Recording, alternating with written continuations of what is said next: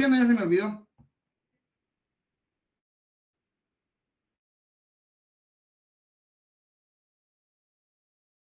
No sé si estoy en lo correcto. Vamos a ver acá. ¿Qué cosa aquí? Espérenme. Lic, nos quedamos en la subsidiariedad del proceso cautelar. Ok, espérenme. Vamos a ver ahorita. Toca punto 9.2. Va. Espérenme, pues, chicos. Solo voy a ingresar a 9.3, naturaleza. El carácter del proceso cautelar, de las medidas cautelares, que son instrumentales, provisionales, temporalidad, valididad y rapidez en el procedimiento. Ok. Ya van con sus anuncios muy challenge. ¿Qué onda? Bueno, ahorita voy a entrar a los otros. Espérense, pues.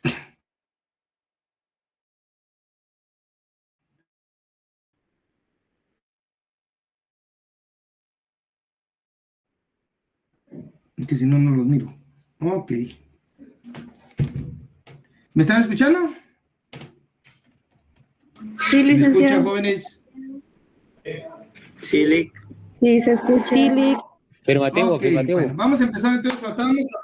Hemos visto que básicamente aludimos a cuál es el fin, que es garantizar el resultado de un proceso, ¿verdad? Que el fundamento del proceso cautelar son las de numerales del 1 al 4, que existe un peligro de daño jurídico derivado del retardo de una providencia jurisdiccional definitiva, la provisionalidad del proceso cautelar, la subsidiariedad del proceso cautelar y la prestación de una caución. Creo que todo eso ya lo vimos, ¿o me equivoco? Licenciado, el 4 no lo vimos. El Esto. 4 no lo vimos. Eso estábamos viendo, Lic. Va. Estamos viendo entonces esto. Léame el artículo, el numeral 4, por favor. ¿Quién me hace favor? Emily, es usted la designada. 4. La prestación de una caución.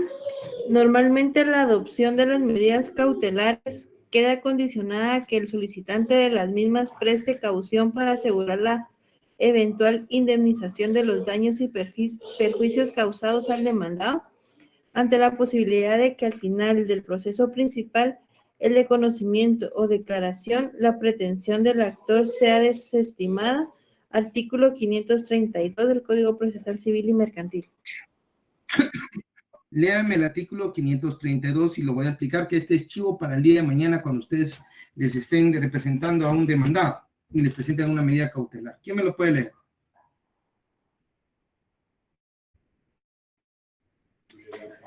Artículo 532. Medidas cautelares solicitadas en la demanda. Cuando la medida precautoria no se solicita previamente, sino al interponer la demanda, no será necesario constituir garantía en el caso de arraigo, anotación de demanda e intervención judicial. Tampoco será necesaria la constitución previa de garantía cuando en la demanda se solicite el embargo o secuestro de bienes. Si la ley autoriza específicamente esa medida en relación al bien discutido, o si la demanda se funda en prueba documental que, a juicio del juez, autorice dictar la providencia precautoria. Sin embargo, en los casos de anotación de demanda, la intervención judicial, embargo o secuestro que no se originen de un proceso de ejecución, el demandado tiene derecho a pedir que el actor preste garantía suficiente, a juicio del juez, para cubrir los daños y perjuicios que se le irroguen y fuere absuelto. Si la garantía no se presta en el término y monto señalado por el juez, la medida precautoria dictada se levantará. Para los efectos del párrafo anterior, el término para constituir la garantía no será menor de 5 días. Bueno, les voy a contar qué es lo que pasa. Hay medidas que se pueden solicitar previo al proceso principal, que es lo que estuvimos platicando. Voy a preparar un proceso y solicito el embargo, la anotación de demanda, etcétera. hay otras medidas que según el caso se presentan con la demanda, ¿ya? Es decir, ustedes van a demandar a una persona o van a ejecutar a una persona y le solicitan el embargo, el secuestro de bienes, ¿ya? Ahora bien, si se dan cuenta, dependiendo cuál de los casos estemos hablando, hay uno en que sí se necesita prestar garantía. El inciso 3 dice, sin embargo, en los casos de anotación de demanda, intervención judicial, embargo, secuestro, que no se originen de un proceso de ejecución, voy a demandar a una persona para que se le obligue a dejar de, o se le obligue para pagar algo, ¿ya? Se va a establecer que sí tiene la obligación de pagarme algo, no es de ejecutoria, es para que se declare la obligación y se declare mi derecho a que se me pague. Entonces yo solicito siempre el embargo, porque quiero garantizar que no solo se garantice, no solo se me declare el derecho, sino en un momento dado yo tenga cómo cobrarme. En estos casos, por eso se establece el artículo tercero, el inciso tercero. Sin embargo, en los casos de anotación de demanda, intervención judicial, embargo, secuestro, que no se originen de un proceso de ejecución, el demandado, fíjense que garantías deposite en el órgano jurisdiccional una cantidad razonable para cubrir los daños y perjuicios si es que éste no sale victorioso en su pretensión. Por eso dice, el demandado tiene hecho a pedir a que el actor preste garantía suficiente al juicio del juez para cubrir los daños y perjuicios que se irroguen si fuera absuelto. Si la garantía no se presta en el término y monto señalados por el juez, la medida precautoria dictada se levantará. Este es un chivo, porque si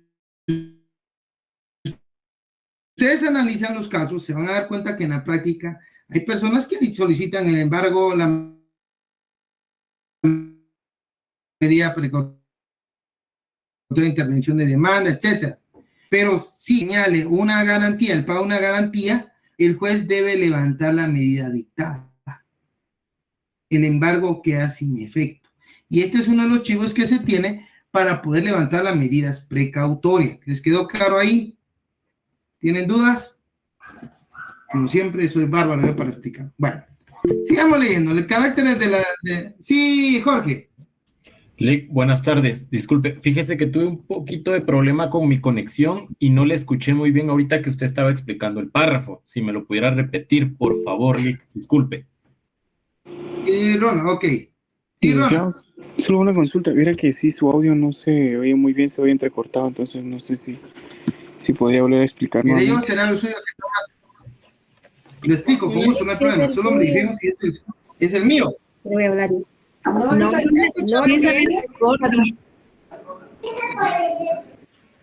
Sí, licenciado, tiene un poquito de problemas ahí con su audio. ¿Se escucha bien, Lick? Yo lo escucho bien, licenciado. Aquí se escucha bien, Lick.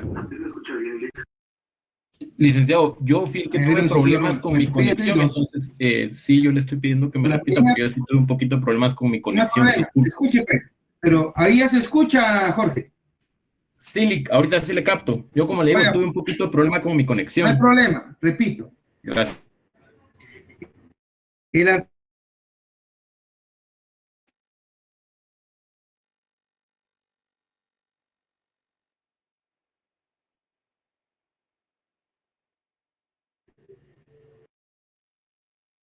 No se escucha. No se escucha, hoy sí no se escucha. Hoy sí no se escucha No se nada. escucha nada, licenciado. ¿Me quedé sin internet o qué? Buenas tardes, Lick, no se escucha nada, disculpe.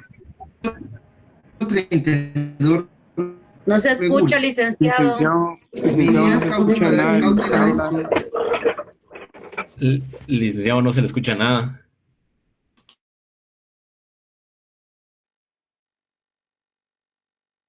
Lick, aún no se le escucha nada, licenciado.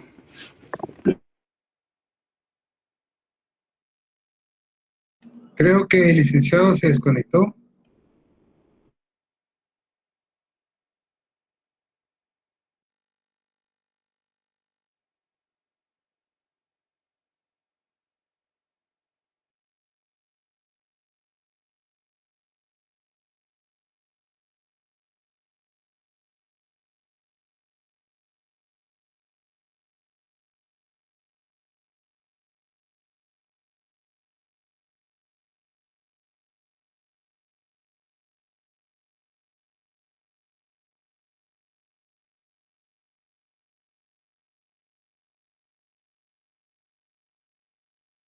Ok, otra vez. Ahora sí ya se me escucha, chicos. Ahorita sí, licenciado. Sí, licenciado. Bueno, pues, vamos a volver a compartir y vamos a volver a leer, porque si no estamos fregados. Esperen un segundo, chicos. Voy a hacer una cosa aquí que calo.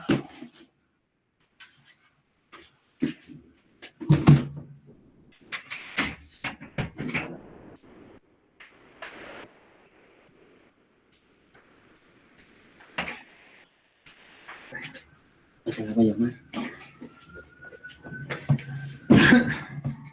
Bueno, estamos leyendo el artículo 532, el cual indica medidas cautelares solicitadas en la demanda. Cuando la medida precautoria o medida cautelar no se solicita previamente, no se solicitó antes de iniciar el proceso principal, que es lo que platicábamos, que se puede solicitar antes del proceso y durante el proceso o al presentar la demanda. Entonces dice, si no se presentó previamente, no será necesario constituir garantía en el caso del arraigo, anotación de demanda e intervención judicial. Si se dan cuenta, está diciendo las medidas de arraigo en la 1, en la 523, anotación de demanda, que es la número 2, en el 526, y en el 527, en la tercera. En lo que es el 528, que es el secuestro, intervención y providencias de urgencia, que podría darse el caso, que es muy difícil, en un momento dado sí se podría solicitar una garantía.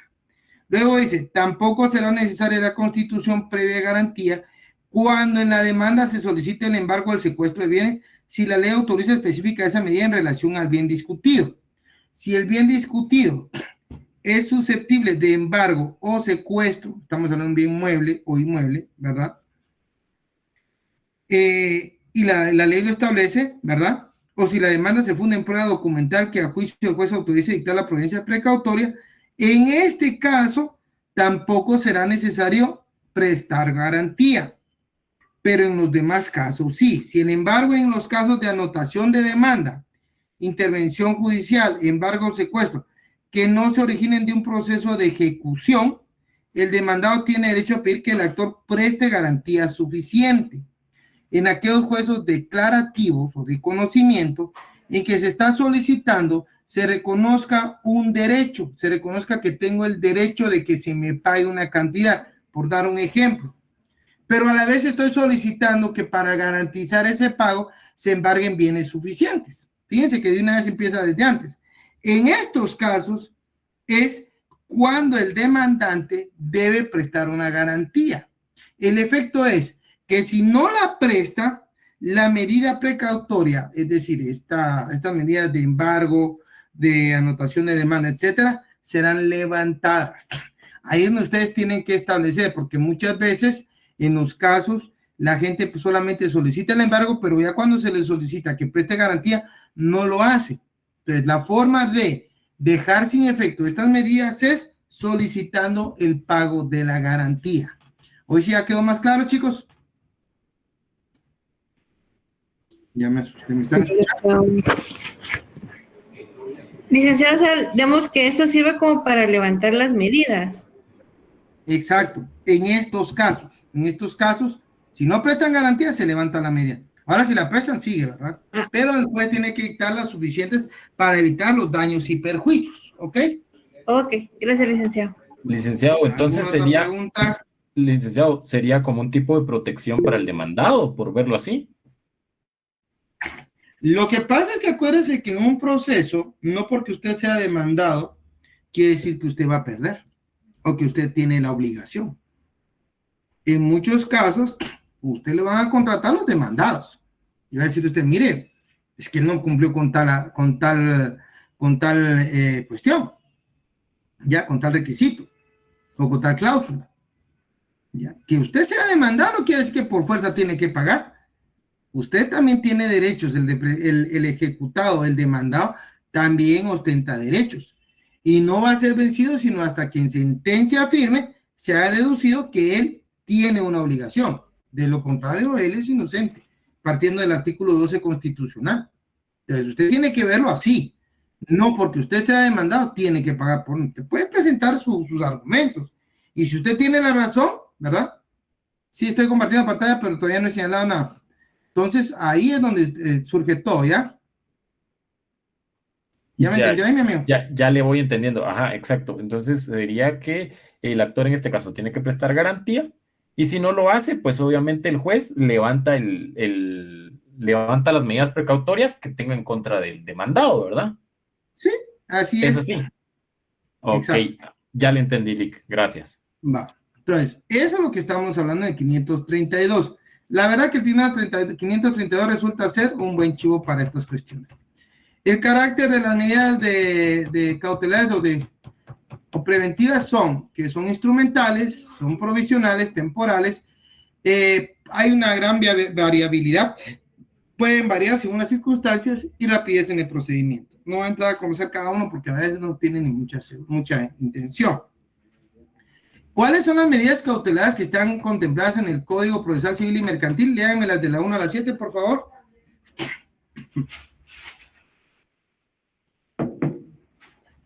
¿Quién me lee?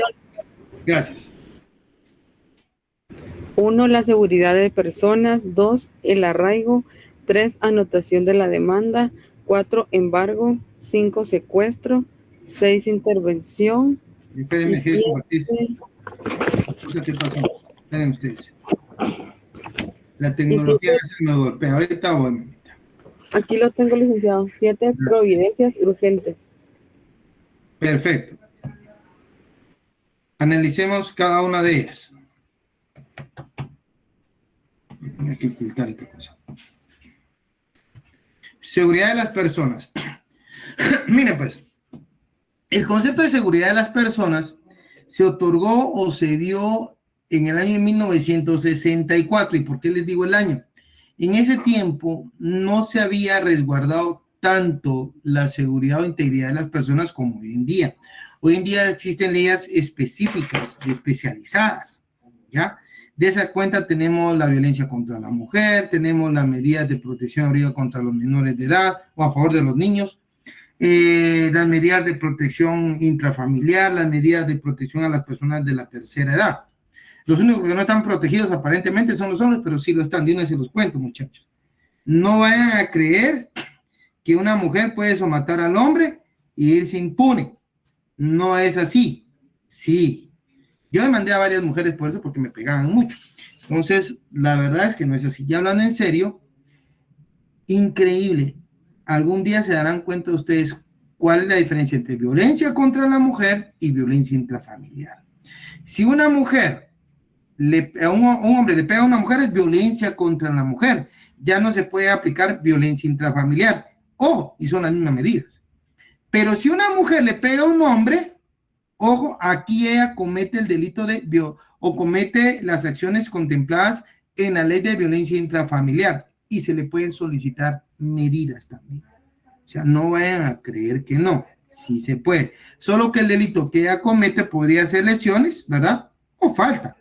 Mientras que si un hombre le pega a una mujer, fijo, es un delito, el de violencia contra la mujer. Esa es la gran diferencia. Pero que también es perseguible que una mujer lo maltrata a uno, sí es perseguible. ¿Ok? Sí, Jorge. Licenciado, solo con una consulta. Estas medidas de seguridad se dan de oficio, ¿verdad? Y es igual que las medidas de violencia contra la mujer. Usted interpone la denuncia y automáticamente ya puede conocer el juez y va a dictar las que considere oportunas.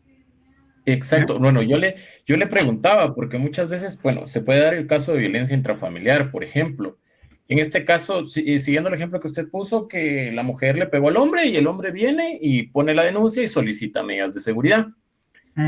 Tengo entendido, no sé, corríjame si estoy equivocado, que se dan de oficio y entonces en este caso le tienen que notificar de las medidas en contra a la mujer y ella tendrá 3 días para oponerse a las mismas, ¿verdad? Sin previa investigación se otorgan las medidas de seguridad. No, mire pues, las medidas de protección son de efecto inmediato.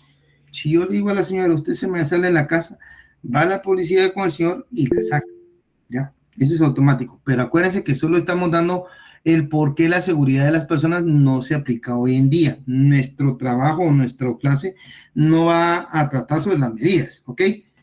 Solo para que sepan. Sí, Ever. Sí, Lick, solo para aportar un poquito, yo me he dado cuenta que en algunos juzgados, por ejemplo, como dice usted, lo más común es que llega la mujer y dice, mire, te quiero poner una denuncia porque el fulanito me está pegando, que no sé qué. Y yo he visto que en el ratito como que le toman datos y yo creo que hablan ya sea con el juez o con algún oficial o algo así. Y al ratito le dan sus medidas, ¿no? Pero no sé si será lo mismo. Sí, básicamente lo mismo, ¿verdad? Se lleva a cabo una audiencia donde se escucha a la persona y en base a lo que ha manifestado se dictan las medidas que el juez considera oportuno, ¿ok?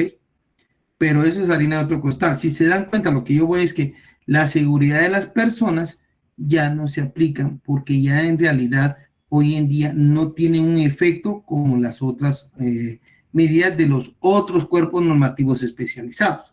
A eso voy. Entonces, la seguridad de la persona pues sigue siendo un derecho vigente no positivo porque no se aplica, ¿ok? En cuanto a las medidas de seguridad de las personas. Las medidas de garantía, aquí está más bonito, aquí está, sí ya entramos. ¿Quién me lo lee, por favor?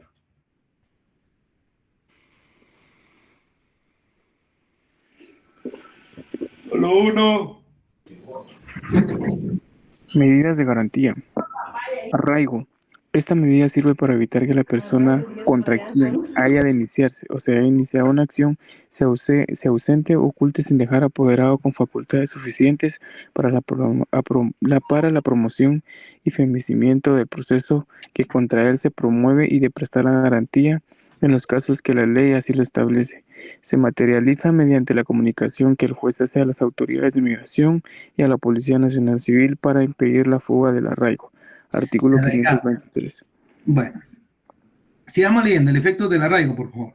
Efectos del arraigo. Prevenir al demandado que no se ausente del lugar en que se sigue o haya de seguirse el proceso sin dejar apoderado que haya aceptado expresamente el mandato y con facultades suficientes para la prosecución y fenecimiento del proceso. Si versa sobre los siguientes juicios para que preste garantía suficiente. 2 puntos. Primero, en los procesos de alimentos. 2, en los procesos por deudas provenientes de hospedaje, alimentación o compras de mercaderías.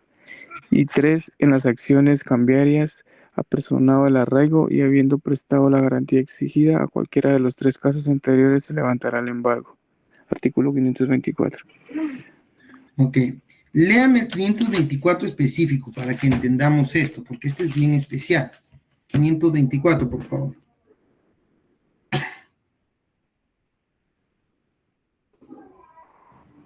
Te lo voy a leer yo, que aquí lo tengo a la mano. Gracias. Al declarar el arraigo, el juez preverá al demandado que no se ausente del lugar en que se haya seguido o haya de seguirse el proceso, sin dejar apoderado a que haya aceptado expresamente el mandato y con facultades suficientes para la prevención, prosecución, y finalizamiento del proceso, y en su caso, sin llenar los requisitos del párrafo siguiente.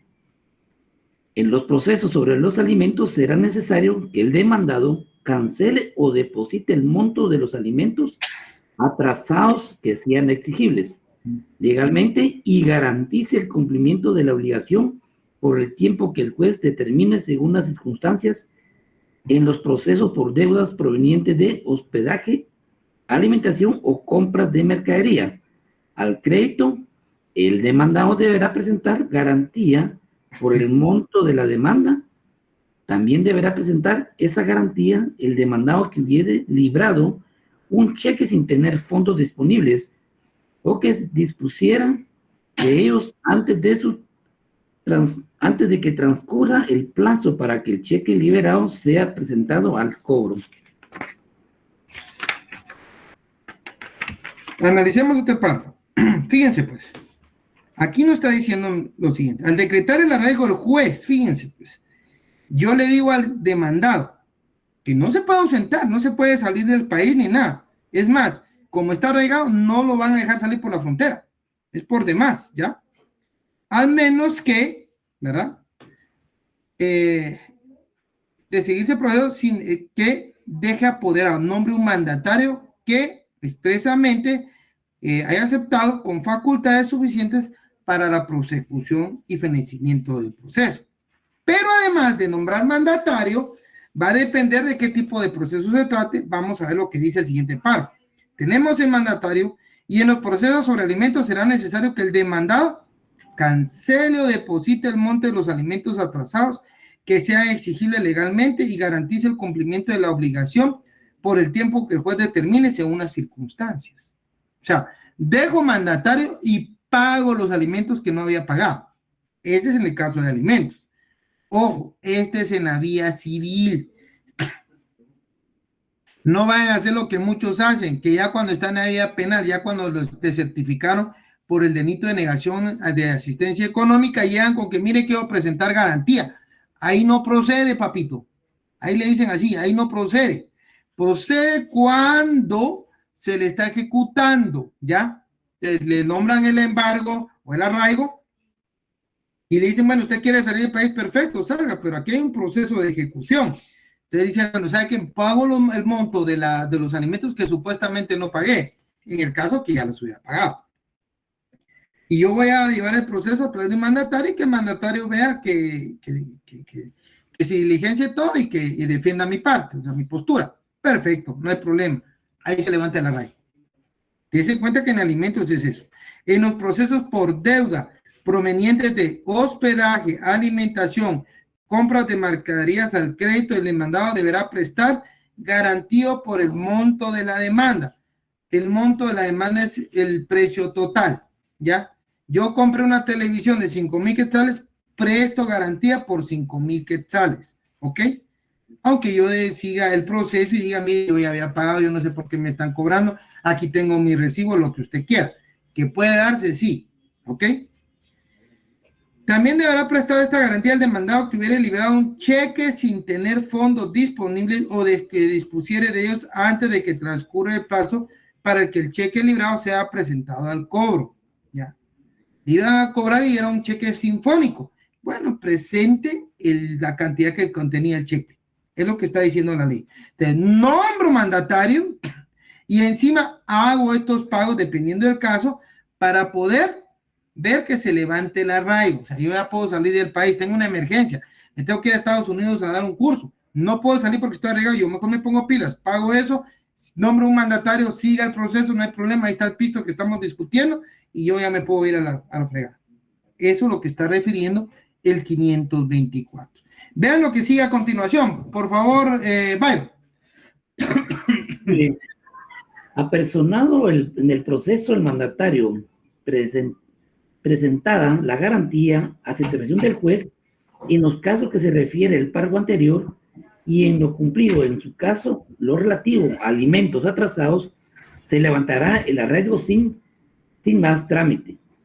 Si el mandatario constituido se ausentare de la República o se imposibilitare para comparecer en juicio el juez, sin formar artículo, nombrará un defensor judicial del demandado. Tanto el mandatario... no es lo mismo mandatario que defensor judicial, ¿ya? Defensor judicial es cualquier persona que se persona ahí, fíjese, señor juez, que vengo a manifestar que el señor mandatario fulanito de tal, pues le dio COVID, está aquí el certificado médico, él no puede acudir en este momento a la audiencia respectiva ni evacuar lo que corresponda en virtud de estar padeciendo quebrantos de salud. Por lo que se solicitó, se nombre un defensor judicial y sin formar artículo. Es decir, no hay un trámite específico, es una audiencia sencilla. Dice, bueno, usted va a ser nombrado defensor judicial y usted hace las veces, va a buscar su abogado si usted no es abogado y usted defiende la postura del demandado. ¿Ok? Fíjense que es diferente persona. Uno es mandatario, otro es defensor judicial. El defensor judicial solo en defecto de que el mandatario no pueda proseguir con la defensa del demandado. Y cuando digo defensa, es defensa del interés, de la pretensión. ¿Ok? ¿Dudas hasta acá? Si no todo está claro, seguimos. El licenciado, perdón. ¿Sí? Eso, digamos, Póngase que el mandatario no pueda llegar por X razón, que el mandatario tenga que trabaje con él, que sea abogado, él lo puede mandar como para que sea el defensor judicial. No es que lo mande, el defensor judicial es nombrado por el juez, ¿ya? Claro está que y lo ideal es, y por lo regular así es en la práctica, que el mandatario no puede, presenta su excusa y presenta a una persona para solicitar sea declarado defensor judicial, o lo propone como defensor judicial, ¿ya? Él lo puede proponer y ya el juez lo puede nombrar, porque ya va a defender la misma pretensión que el mandatario, es decir, la postura del demandado, ¿ok? Ok, gracias, licenciado. Ronald McDonald. Claro, Lick. Solo una consulta, Lick, para ver si entendí la diferencia entre mandatario y defensor judicial. Entonces, podríamos decir que defensor judicial es la persona que tal vez se pueda personar. Asimismo, el juez decide si lo nombra o no lo nombra. Y no sé si, bueno, y mandatario para mí sería el representante legal de la persona cual tiene, por ejemplo, algunos Recuerda que el mandato compromisos. es un contrato por medio del cual yo nombro a un tercero para que me represente en un proceso determinado con las facultades que la ley solicita, que están contempladas en la ley del organismo judicial y definitivamente en el propio Código Civil. El defensor judicial lo nombra el juez, pero esto es cuando hay ausencia del mandatario, cuando estamos hablando en este caso, el mandatario se enfermó, tuvo un accidente, yo no lo quiero a ninguno, ¿eh? Pero ni modo. Entonces, en este caso, dice, llega alguien y dice, mire, señor juez, el señor mandatario no puede proceder con la representación en virtud que sufrió un accidente o se enfermó o se murió, si usted quiere. Entonces dice el juez, bueno, vamos a nombrar a un defensor judicial. ¿Qué hace las veces de mandatario? Pues lo va a nombrar el juez.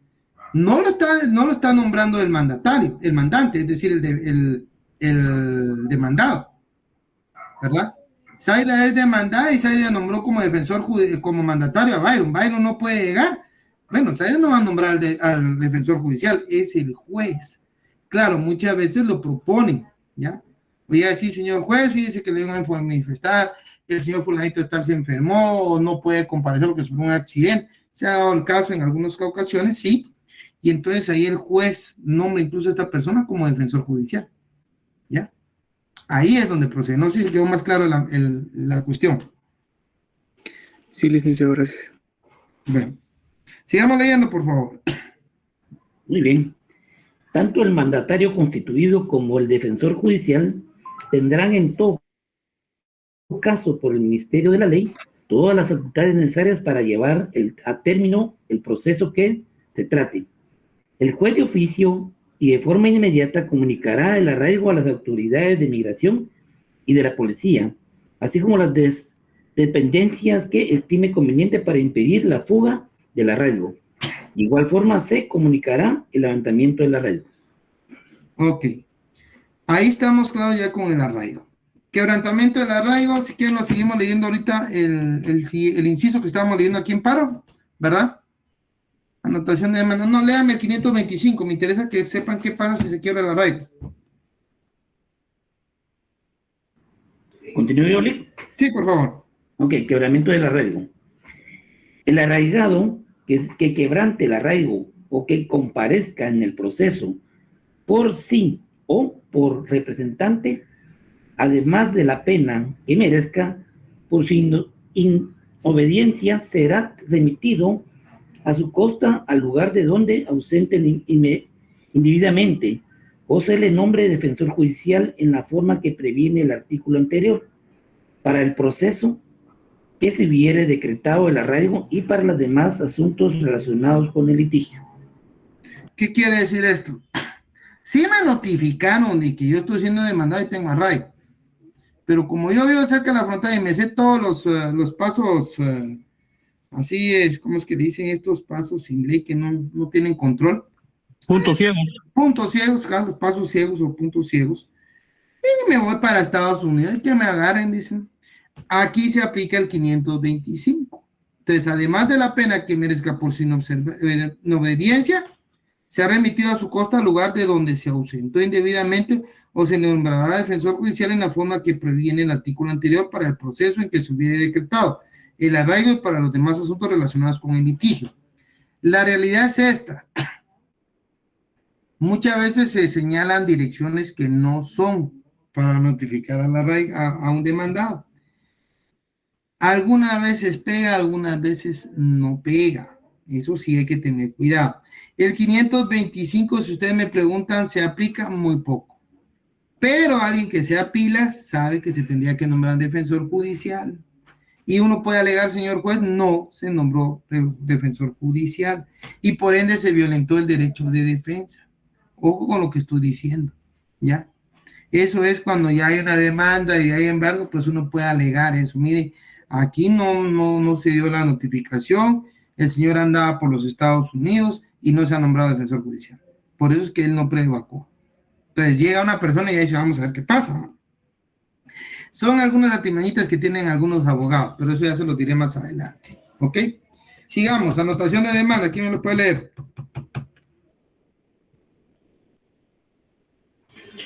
Anotación de la demanda. Establece el artículo 526 que cuando se discute la declaración, constitución, modificación o extensión de algún derecho real sobre inmuebles, podrá el actor pedir la anotación de la demanda. Se entiende en el registro de la propiedad. Su efecto es que no perjudicará al solicitante cualquier enajenación o gravamen que el demandado hiciere sobre el bien mencionado. También procede sobre bienes muebles cuando esos están inscritos en el registro de la propiedad. Bueno, ¿qué estamos hablando de la anotación de demanda? Se los comentaba. Esto es cuando se quiere enajenar un bien, se está peleando un proceso, ¿verdad? Y se sabe que tiene un bien, tiene una finca.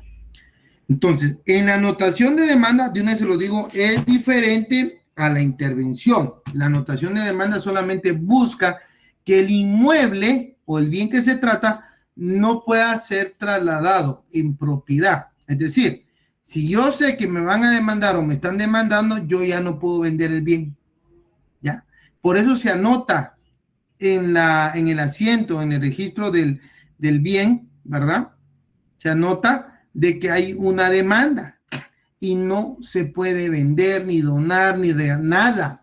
La anotación de demanda, por eso solo procede contra bienes muebles.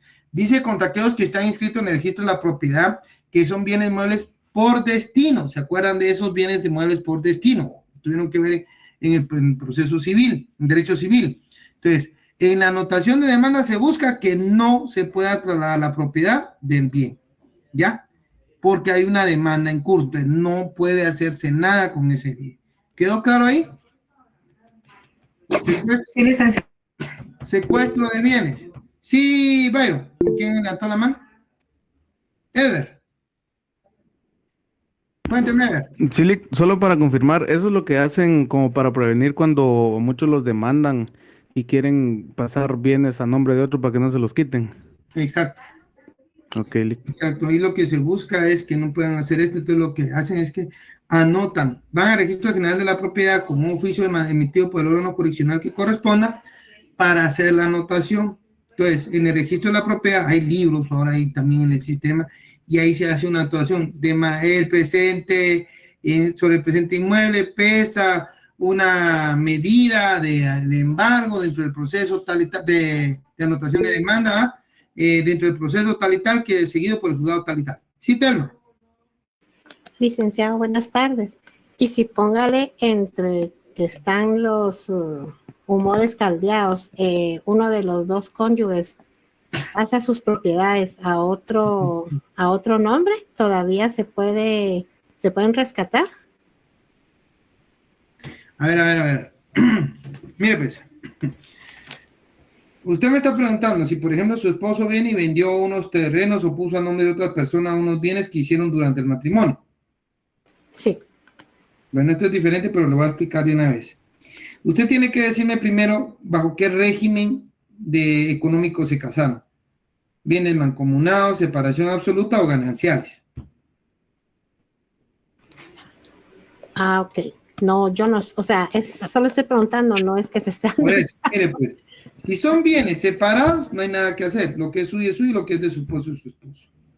Si son bienes mancomunados o bienes con gananciales, Entonces usted, al enterarse, puede solicitar la nulidad y solicitar la liquidación del patrimonio conyugal, ¿ya? Incluyendo la liquidación de sus bienes, ¿ya? ¿Por qué? Porque ahí sí usted tenía derecho de gananciales, ¿ok? Pero es un proceso diferente, ¿ya? Sí. Bueno, pues, sigamos. Embargo, señores. ¿Quién lee?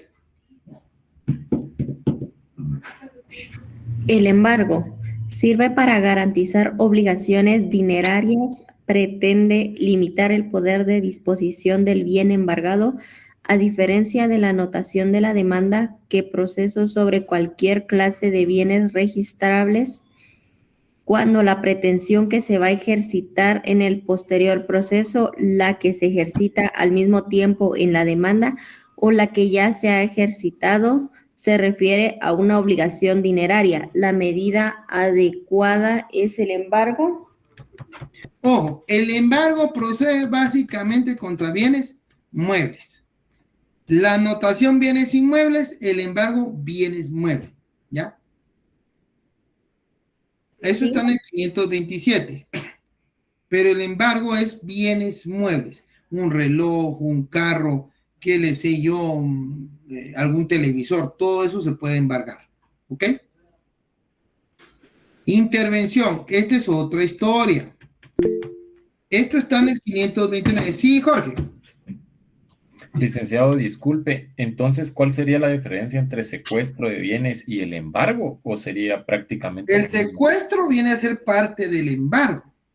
Yo ordeno en la resolución que se embarguen bienes suficientes para pagar a la cantidad de líquido exigible presentada por el demandante o el ejecutor. Dale un ejemplo. Entonces yo nombro un ministro ejecutor, ¿ya? El ministro ejecutor llega y le dice, le voy a secuestrar, ¿ya? Le voy a quitar de su posesión ciertos bienes y los dejaré en un determinado lugar para que en un momento dado usted salga vencido, no pague la deuda, estos se sometan a subasta, ¿verdad? Pública subasta, y el dinero que se obtenga de su venta va a ser el que se utilice para el pago de la deuda. ¿Ya me entendió ahora cómo funciona? Sí, ya le entendí. Es, por ejemplo, que cuando en los despachos llega que se trae embargo sobre bienes suficientes a la vista para cubrir el monto. Entonces, bueno, sí, ya le entendí, Lick. Léame 301, por favor. 301. Sí. 301, déjeme solo lo tengo aquí a la mano. Llame el 297 primero.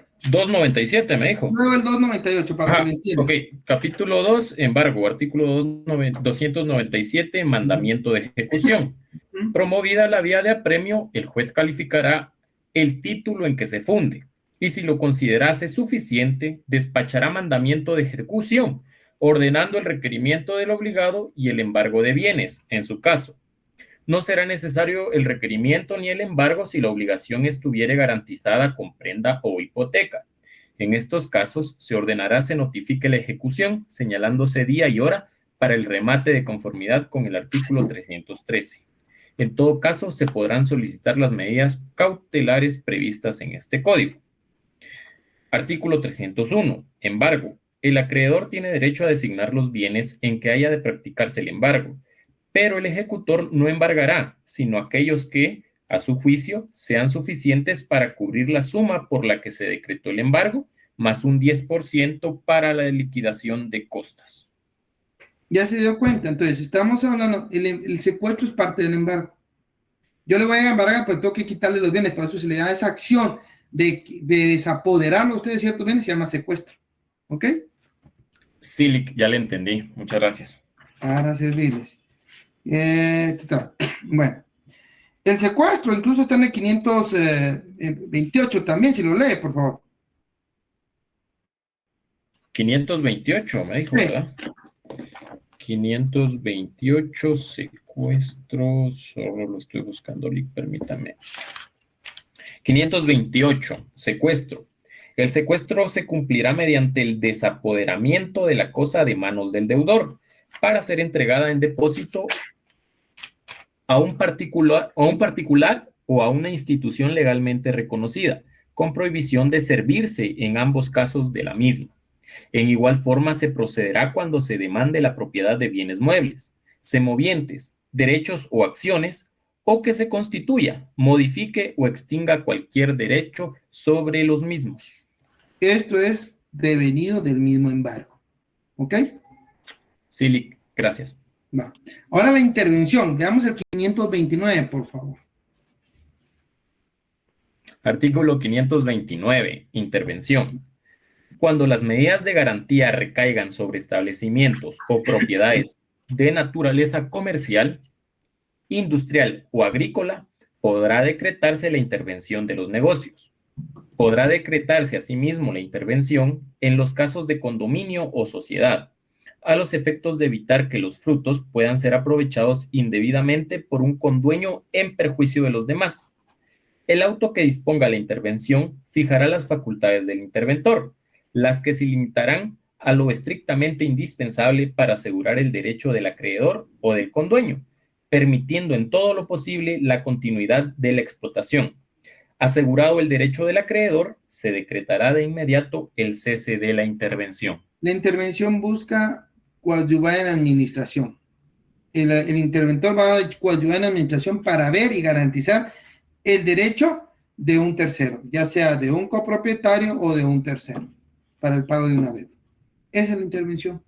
¿Ok? Las providencias o medidas de urgencia. Léamelo, por favor.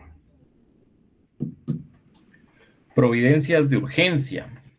Cuando no exista regulación específica y no proceda ninguna de las medidas cautelares desarrolladas anterior a las providencias de urgencia, lo que procede es solicitar una medida cautelar a la que le denominamos providencias de urgencia y necesitamos que el juez nos decretó. Por ejemplo, cuando constantemente ingresa a mi propiedad un vecino y se lleva los frutos de un naranjo sin mi autorización.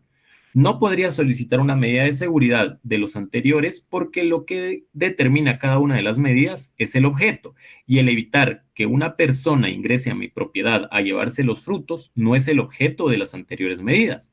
Entonces, ¿qué hago? Bueno, la respuesta es solicitar la medida cautelar como providencia de urgencia, pidiéndole al señor juez que ordene a esta persona que no ingrese a mi propiedad a llevarse mis frutos. La realidad es que también han caído en desuso estas providencias de urgencias. ¿Por qué? Pues porque si una persona está ingresando a mi terreno, perdóneme, yo lo acuso o lo denuncio por allanamiento, es más viable. Ya. Eso es lo que pasa. Entonces habría que ver hasta qué punto puedo solicitar una providencia de urgencia o que hasta qué punto me es mucho mejor solicitar la medida de urgencia que una medida penal, dependiendo del caso en concreto. ¿Ok? Requisito para decretar las medidas de garantía.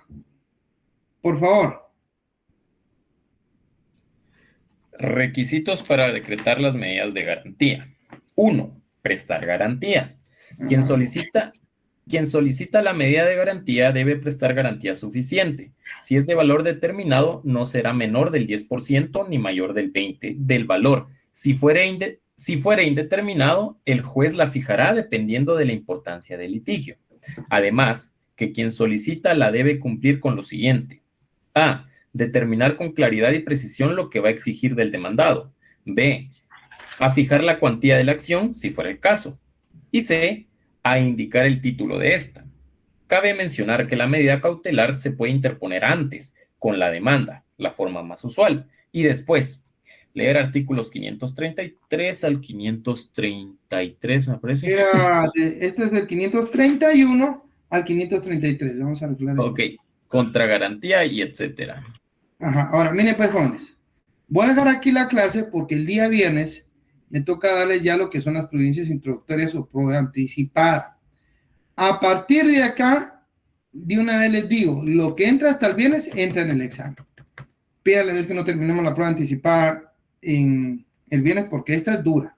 Consejo sano. Como lo voy a hacer rápido, desde acá dice el resumen. Empezamos con el punto 9.5 y necesito que me den hasta esto es todo, sección de libros, sección de bienes muebles y movientes, sección de testigos, hasta el número 6 de este punto, hasta acá. ¿Ya?